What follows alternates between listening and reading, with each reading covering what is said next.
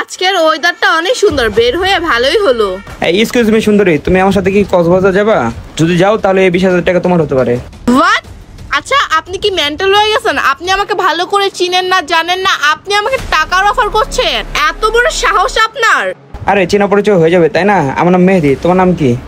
দেখেন, আপনাকে আমি আমার নাম বলতে চাই না, আপনি এখান থেকে চলে যান, নয়তো আমি এখানে লোকজন ডাকতে বাধ্য হব। বুঝতে পারছি, 20,000 টাকা কম হয়েছে না? যাও, আরো 20,000 টাকা দিলাম। এনো 40,000 টাকা, এবার তো যাবা। এক্সকিউজ মি মেহেদি, আপনার কি মাথায় কোনো সমস্যা আছে? কেন? আমি আবার কি করলাম? আরে আপনি কেন আমার বান্ধবীকে টাকার অফার দিচ্ছেন? আমার বান্ধবী কি বাজে মেয়ে নাকি আপনি যে ওকে টাকার অফার দিচ্ছেন? না, বাজে মেয়ে না, আপনার বান্ধবীকে আমার ভালো লাগছে তাই টাকা দেওয়ার জন্য ফোর্স করতেছি।